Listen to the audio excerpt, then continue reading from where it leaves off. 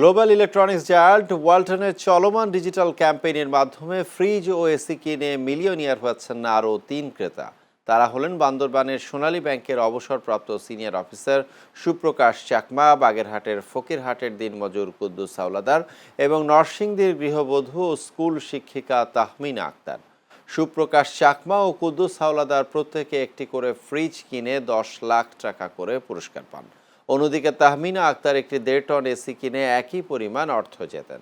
বান্দরবান শহরের মুক্তমঞ্চে সুপ্রকাশ চাকমার হাতে চেক তুলে দেন ওয়ালটনের ঊর্ধ্বতন কর্মকর্তাবৃন্দ।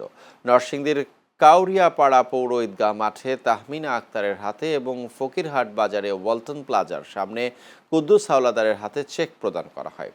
এ সময় অনুষ্ঠানে উপস্থিত ছিলেন ওয়ালটনের সিনিয়র এক্সিকিউটিভ ডিরেক্টর চিত্রনায়ক আমিন খান, জাতীয় ক্রিকেট দলের পেসার তাসকিন আহমেদ সহ অন্যান্য কর্মকর্তাবৃন্দ।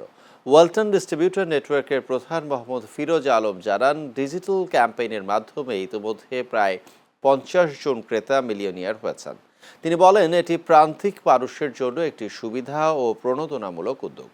দেশীয় পণ্য কিনে দেশের অর্থ দেশেই রাখার আহ্বানও জানান তিনি।